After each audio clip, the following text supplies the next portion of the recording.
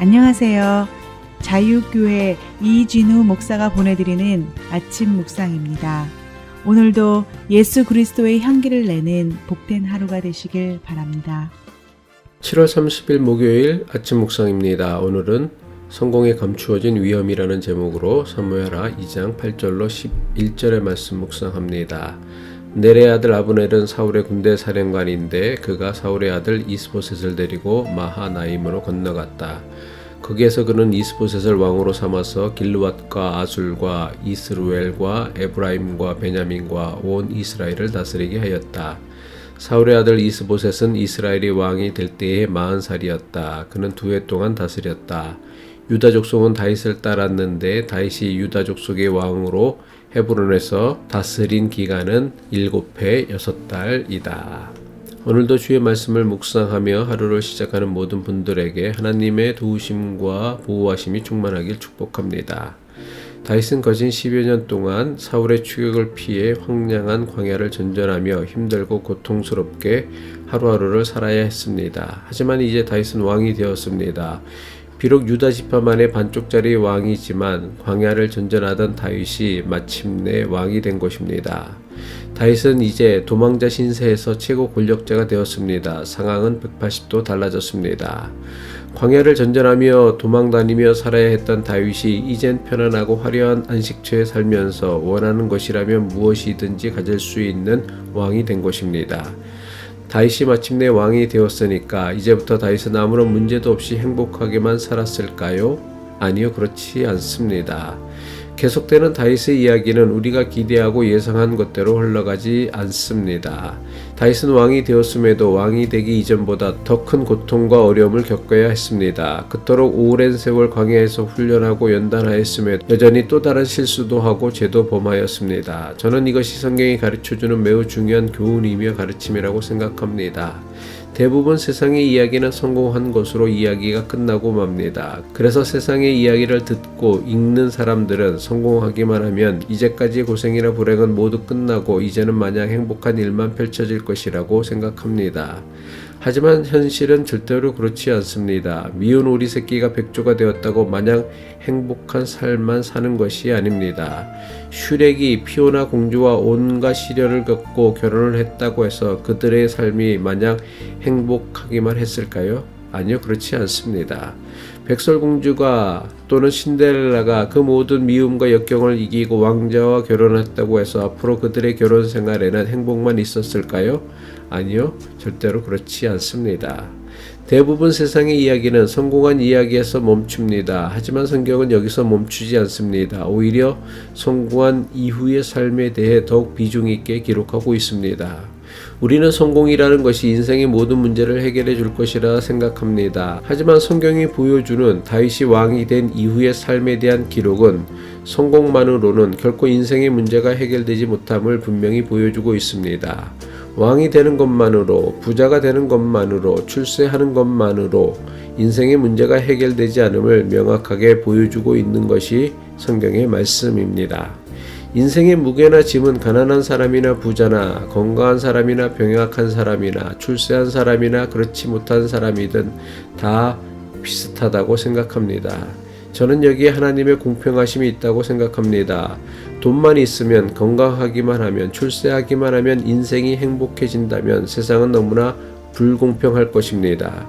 하지만 하나님께서는 사람이 누릴 수 있는 최고의 기쁨과 행복을 이런 것에 두시지 않으셨습니다. 하나님께서 사람의 행복을 세상 것에 두지 않으신 이유가 무엇일까요?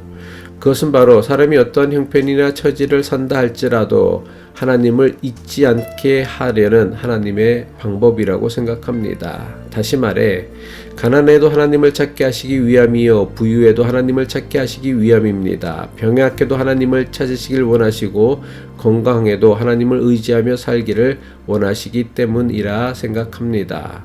변화된 상황은 새로운 문제를 가지고 옵니다. 지금까지 다윗은 사울의 추격을 피해 광야를 전전하며 어떻게 생존해야 하는가의 문제를 해결하며 살아야 했습니다. 하지만 이제 다윗은 반쪽짜리 유다 지파의 왕이라고는 하지만 명색이 최고 권력자가 되었습니다. 더는 광야에서 생존해야 하는 문제나 도망 다녀야 하는 문제로 고민할 필요가 없습니다. 그렇다고 해서 다윗에게 이제는 아무런 어려움이나 문제가 없는 것이 아닙니다. 광야 생활과는 전혀 다른 또 다른 문제가 그를 기다리고 있었습니다. 이제 왕으로 해결해야 할 문제가 생기게 된 것입니다. 다윗이 해결해야 할 가장 큰 문제가 무엇입니까? 그것은 바로 권력이라는 힘입니다. 다윗은 자신이 가진 막강한 힘을 어떻게 사용할 것인가를 고민해야 했습니다. 어떤 방식으로 자신이 가진 힘을 행사할 것인가? 이것이 변화된 다윗에게 다가온 새로운 문제였습니다. 어쩌면 이것은 광야를 전전하며 도망 다닐 때보다 더 심각하고 어려운 문제일 것입니다. 광야에서 오랜 도망자 삶을 살았던 다윗은 하나님의 도우심 없이는 한날도 살 수 없었습니다. 그래서 광야에서 다윗은 하나님은 나의 피난처요 산성이라 노래했습니다. 광야의 삶을 통해 다윗은 하나님을 신뢰하는 법을 배웠습니다. 하나님께 기도하는 법을 배웠습니다. 자신에게 베푼 하나님의 은혜로 사람에게 은혜를 베푸는 법을 배웠습니다. 하지만 이제 무엇이든 원하는 것은 할 수 있는 왕이라는 권력을 가지게 된 다윗은 하나님께 대한 매우 중요한 선택을 해야만 했습니다. 광야에서 했던 것처럼 하나님만 의지하고 구하며 기도하며 살아야 할 것인가? 아니면 이제 더는 하나님께 피하여 도망할 필요가 없어졌으므로 하나님을 불필요하게 여길 것인가? 이것이 왕이 된 다윗이 가장 먼저 선택해야 할 문제였습니다. 그리고 이것은 단지 다윗의 문제만이 아니라 우리 모두의 문제이기도 합니다. 우리 대부분은 어렵고 힘든 인생의 문제가 찾아오면 누구나 하나님을 찾고 의지하려고 합니다. 그리고 그 믿음으로 위기를 극복합니다. 그런데 이상하게도 어렵고 힘든 위기를 하나님의 인도하심으로 하나님의 도우심으로 극복하고 나면 많은 이들이 더는 하나님을 필요로 하지 않습니다. 하나님으로 인해 내 인생의 어려운 위기를 극복하였습니다. 그러면 그 하나님을 더욱 믿고 의지해야 하는데 실제로는 오히려 그 반대의 삶을 살아갑니다. 더는 하나님의 인도하심을 원하지 않습니다. 이제 스스로 자신의 인생을 인도할 수 있을 것이라 생각하기 때문입니다. 이것이 바로 인생의 어리석음입니다. 정말 인생의 심각한 위기는 모든 것이 막막하고 답답하고 힘든 상황이 아니라 오히려 어려운 위기를 넘긴 다음입니다. 평탄할 때, 잘 나갈 때, 형통할 때의 잘못된 선택이나 실수는 고통의 때, 절망의 때의 잘못된 선택이나 실수보다 더 심각한 인생의 위기를 만들어냅니다. 다윗이 그 인생에 있어 가장 큰 실수와 실패가 언제 일어났습니까? 그의 권세와 힘이 최고였을 때 다윗은 가장 어리석은 선택과 결정을 하게 됩니다. 고린도전서 10장 12절 그런즉 선줄로 생각하는 자는 넘어질까 조심하라. 성경의 엄중한 교훈을 늘 마음에 두고 살아갈 수 있기를 바랍니다. 기도하겠습니다. 공의로우신 하나님, 남들보다 가진 것이 많다고 생각할 때, 남들보다 이룬 것이 많다고 생각할 때, 남들보다 더 높은 자리에 올랐다고 생각할 때, 그때가 인생에서 가장 위험한 순간임을 깨닫게 하시고 더욱 하나님을 찾고 의지할 수 있는 겸손한 영성을 가지게 하옵소서. 예수 그리스도의 이름으로 기도합니다.